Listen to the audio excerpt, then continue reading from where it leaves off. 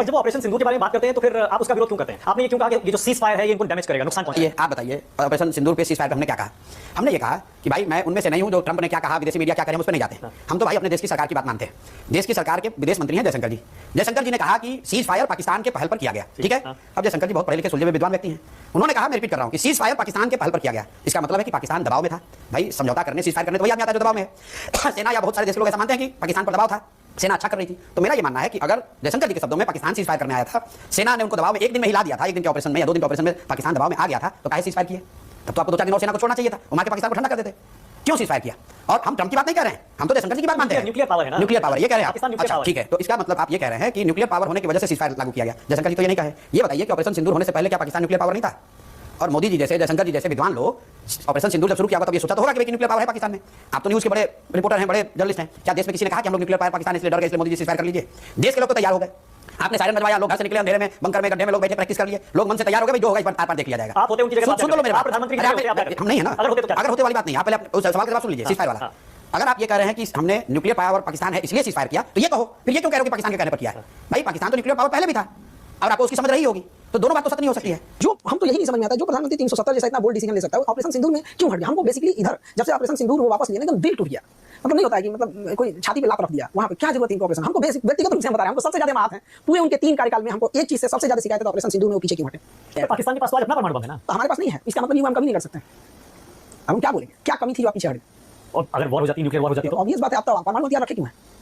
स्वाभिमान से जिंदगी जीना है, स्वाभिमान खत्म होना है, ऐसी जिंदगी को जूती पे रखते हैं। दोस्तों ऑपरेशन सिंदूर में ऐसी कौन सी बात है जो मोदी सरकार ने छिपाई और अब उसका काला सच सामने आ गया है? खबर जरा देखिए, इस खबर में साफ साफ दावा किया गया है, India has officially admitted the loss of 4 pilots including the pilot of 3 Rafale. 1-1.5 line की यह खबर दिख तो जरूर रही है, लेकिन यह खबर कितनी बड़ी है? यह झूठ बताता है मोदी सरकार का कि उसने अपने ही सेना के पायलट्स को, उनकी शहादत को इतने दिन तक छुपाए रखा है। मानने से इनकार करती रही, पूरा विपक्ष कहता रहा कि हमको बताइए कि कितने रफाल हमारे गिराए गए, हमको बताइए कि हमारे पायलट्स को कोई नुकसान हो तो नहीं हुआ। लेकिन ये सरकार, इसके नफरती चिट्टू, इसके नफरती सांसद, इसके 2-2 कौड़ी के 2-2 रुपये के जो ट्रोल है ना, उन्होंने इस शहादत पर भी पर्दा डालने का काम किया। पर जब वो ऑपरेशन सिंदूर के बारे में बात करते हैं तो फिर आप उसका विरोध क्यों करते हैं? आपने ये क्यों कहा कि ये जो सीज फायर है ये इनको डैमेज करेगा, नुकसान पहुंचाएगा? आप बताइए, ऑपरेशन सिंदूर पे सीज फायर पे हमने क्या कहा? हमने ये कहा कि भाई मैं उनमें से नहीं हूं जो ट्रंप ने क्या कहा, विदेशी मीडिया क्या करे, हम उस पर नहीं जाते हैं। हम तो भाई अपने देश की सरकार की बात मानते हैं। देश की सरकार के विदेश मंत्री हैं जयशंकर जी। जयशंकर जी ने कहा कि सीज फायर पाकिस्तान के पहल पर किया गया, ठीक है। अब जयशंकर जी बहुत पढ़े लिखे सुलझे हुए विद्वान व्यक्ति हैं। उन्होंने कहा, मैं रिपीट कर रहा हूं कि सीज फायर पाकिस्तान के पहल पर किया गया। इसका मतलब है कि पाकिस्तान दबाव में था। भाई समझौता करने, सीज फायर करने तो वही आदमी आता है जो दबाव में है। सेना या बहुत सारे देश के लोग ऐसा मानते हैं कि पाकिस्तान पर दबाव था, सेना अच्छा कर रही थी। तो मेरा यह मानना है कि अगर जयशंकर जी के शब्दों में पाकिस्तान सीज फायर करने आया था, सेना ने उनको दबाव में एक दिन में हिला दिया था, एक दिन के ऑपरेशन में या 2 दिन के ऑपरेशन में पाकिस्तान दबाव में आ गया था, तो काहे सीज फायर किए? तब तो आपको 2-4 दिन और सेना को छोड़ना चाहिए था, वो मार के पाकिस्तान को ठंडा कर देते। क्यों सीज फायर किया?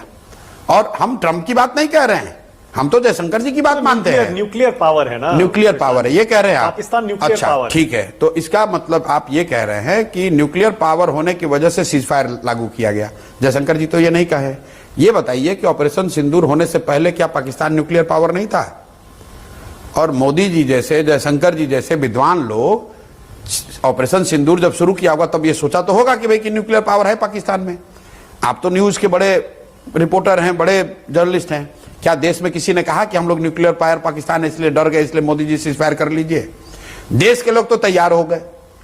आपने सायरन बजवाया, लोग घर से निकले अंधेरे में, बंकर में, गड्ढे में लोग बैठे प्रैक्टिस कर लिए। लोग मन से तैयार हो गए, भाई जो होगा इस बार आर पार देख लिया जाएगा। आप होते उनकी जगह तो आप क्या सुन तो लो मेरे बात। आप प्रधानमंत्री की जगह होते आप क्या करते? हम नहीं है ना। अगर होते तो क्या करते? अगर होते वाली बात नहीं है, आप पहले अपने उस सवाल का जवाब सुन लीजिए। सीज फायर वाला, अगर आप ये कह रहे हैं कि हमने न्यूक्लियर पावर पाकिस्तान है इसलिए सीज फायर किया, तो ये कहो, फिर ये क्यों कह रहे हो कि पाकिस्तान के कहने पर किया है? भाई पाकिस्तान तो न्यूक्लियर पावर पहले भी था और आपको उसकी समझ रही होगी, तो दोनों बात तो सत्य नहीं हो सकती है।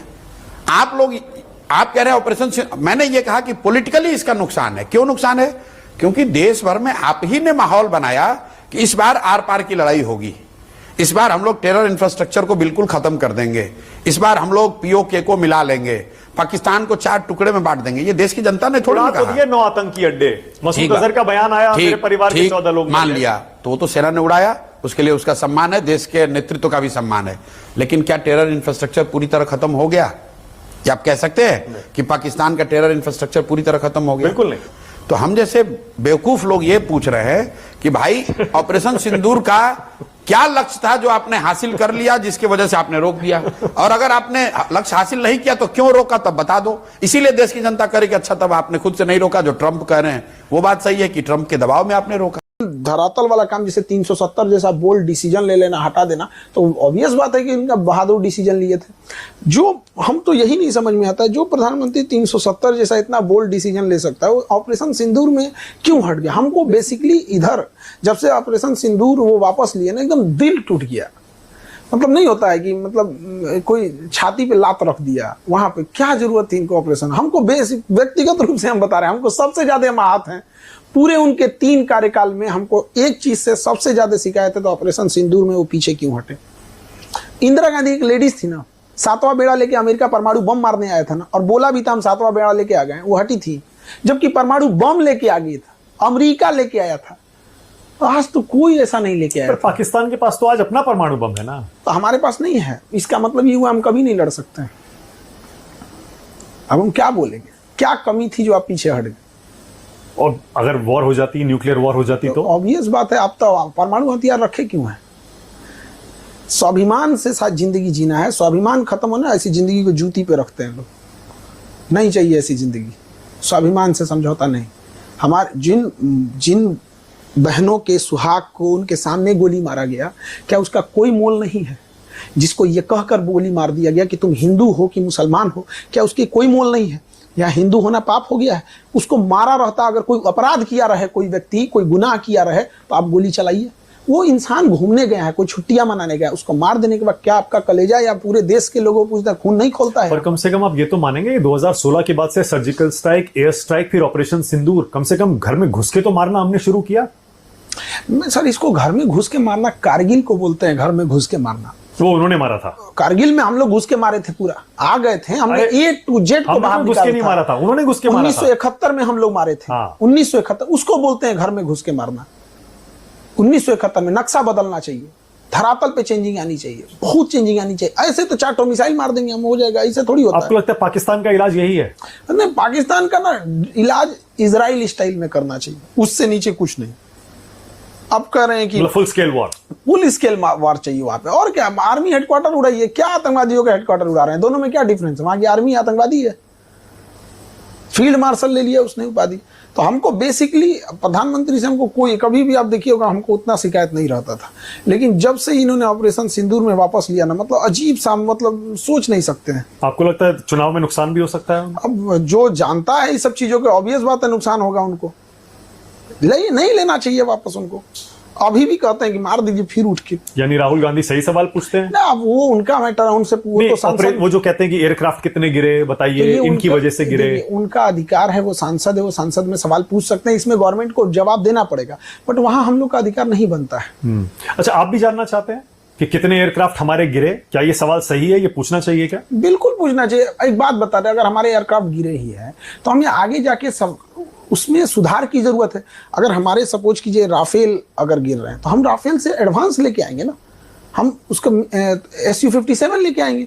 अगर ऐसा है तो छुप, लोकतंत्र की पहली परिभाषा होती है, आप उसमें डेमोक्रेसी है, आपके घर का सामान तो है नहीं, वो तो देश की संपत्ति है, बताना पड़ेगा वहाँ पे।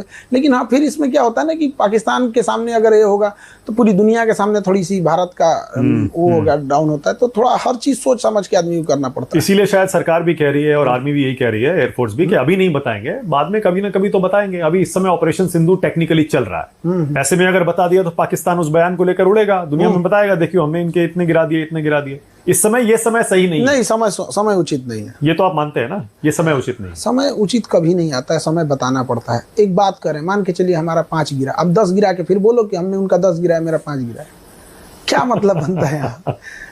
आप 10 गिरा दीजिए उसका। पर लेकिन आपने अभी बहुत इंपॉर्टेंट बात कह दी, आपने कहा कि सीधा मिलिट्री के उनके इंस्टॉलेशंस को उड़ाना चाहिए। पहला हमारा आर्मी हेडक्वार्टर, क्योंकि आपने देखा होगा इंडोनेशिया में इंडिया के जो डिफेंस अटैची हैं कैप्टन शिव कुमार, उन्होंने कहा कि हमारे एयरक्राफ्ट इसलिए गिरे क्योंकि शुरू में हमें पॉलिटिकल लीडरशिप से ये ऑर्डर था कि टेरर इंफ्रास्ट्रक्चर मारना ये हमेशा इन पॉलिटिकल वालों का ना यही खराब लगता है। अटल बिहारी वाजपेयी जब प्रधानमंत्री एकदम स्पष्ट कहना था कि एलओसी क्रॉस नहीं करना। क्यों नहीं क्रॉस करना है?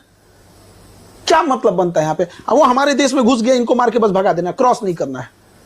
हमारा एयरफोर्स का जहाज जब वो लाइन ऑफ कंट्रोल पार कर दिया था तो मिसाइल लॉक कर दिया गया था। मिसाइल लॉक जो हुआ था ना नवाज शरीफ के ऊपर हुआ था, मार दिया रहता क्या होता? नवाज शरीफ और परवेज मुशर्रफ वहीं खड़े थे, वो भाषण दे रहे थे। तो इन एयरफोर्स के पायलट ने जब मिसाइल लॉक किया तो कहा कि हमने मिसाइल लॉक कर दिया, या आर्मी के कुछ लोग दिख रहे हैं, पर्सनल दिख रहे हैं, तो हेडक्वार्टर से उसको गया कि आप एलओसी के उस पार हो या इस पार हो, तो कहा कि नहीं हम तो एलओसी के उस पार हैं 3 किलोमीटर। तो कहा कि हमला नहीं करना है। क्यों नहीं करना? मार दिए रहता, उड़ गया रहता परवेज मुशर्रफ। इसी तरह आपको लगता है 2008 में मुंबई का जो हमला हुआ या पार्लियामेंट का जो हमला हुआ तब भी हमको अटैक करना चाहिए था? बिल्कुल था। मनमोहन सिंह की साफ गलती थी यहाँ पे। मनमोहन सिंह ने एकदम गलत डिसीजन लिया। ताज होटल पे हमला, कराची उड़ा देना चाहिए यहाँ पे, और अरजमत का साहब को अभी तक रखते रहना चाहिए। लेकिन सबसे पहले सीपीईसी की यह खबर जरा देखिए। इस खबर में साफ साफ दावा किया गया है, India has officially admitted the loss of 4 pilots including the pilot of 3 Rafale. 1-1.5 line की यह खबर दिख तो जरूर रही है, लेकिन यह खबर कितनी बड़ी है। यह झूठ बताता है मोदी सरकार का कि उसने अपने ही सेना के पायलट्स को, उनकी शहादत को इतने दिन तक छुपाए रखा, मानने से इनकार करती रही। पूरा विपक्ष कहता रहा कि हमको बताइए कि कितने रफाल हमारे गिराए गए, हमको बताइए कि हमारे पायलट्स को कोई नुकसान हो तो नहीं हुआ। लेकिन यह सरकार, इसके नफरती चिंटू, इसके नफरती सांसद, इसके 2-2 कौड़ी के 2-2 रुपल्ली के जो ट्रोल है ना, उन्होंने इस शहादत पर भी पर्दा डालने का काम किया है। यह है इस मोदी सरकार का घटिया कृत्य, काला सच, और यह है इनका असली राष्ट्रवाद। जिसको ये राष्ट्रवाद कहते हैं वो सीधे तौर पर इसको देशद्रोह माना जाना चाहिए। सवाल पूछने पर देशद्रोह लगा देने वाली सरकारों को इस देशद्रोही सरकार से यह पूछना चाहिए कि आखिर हमारे पायलट्स की शहादत को आपने इतने दिन क्यों छुपाए रखा, और इसके लिए आपको क्या सजा दी जानी चाहिए, ये इस देश के नागरिक तय करें। लेकिन एक बात सच है कि हमारे देश के शहीदों को, उनकी शहादत को छिपाया गया, और यह बात, यह खबर इस बात की तस्दीक करती है कि हमारे 4 रफाल और 4 रफाल के 3 पायलट, इसके अलावा एक और फाइटर पायलट हमने इस जंग में खोया। लेकिन सरकार ने माना ही नहीं। आप सरकार की निर्लज्जता, उसके कठोरता, और आप समझिए कि अपने देश के लोगों के प्रति उसकी जवाबदेही का जो काला सच है वो आप इस खबर में देख पाइएगा दोस्तों। ये 1.5 लाइन की खबर उसी सच को उजागर करती है कि दरअसल ये सरकार जिस राष्ट्रवाद की बात करती है, जिस सेना की बात करती है, जिस भारत भूमि की बात करती है, ये सरकार दरअसल उसी की सबसे बड़ी दुश्मन बन बैठी है। क्योंकि ना तो इसकी जवाबदेही अपनी जनता के प्रति है, ना तो विपक्ष के प्रति है, और ना ही अपने जवानों के प्रति। अगर होती तो इस शहादत को इतने दिन तक छिपाया नहीं जाता दोस्तों। यह अपने आप में बहुत बड़ी खबर है। पूरा विपक्ष जब सवाल कर रहा था तो यह सरकार पाकिस्तानी करार दे रही थी, जयचंद करार दे रही थी, पाकिस्तानी करार दे रही थी। सरकार की निर्लज्जता का इससे उत्कृष्ट उदाहरण दुनिया के किसी भी देश की राजनीति में आपको देखने को नहीं मिलेगा।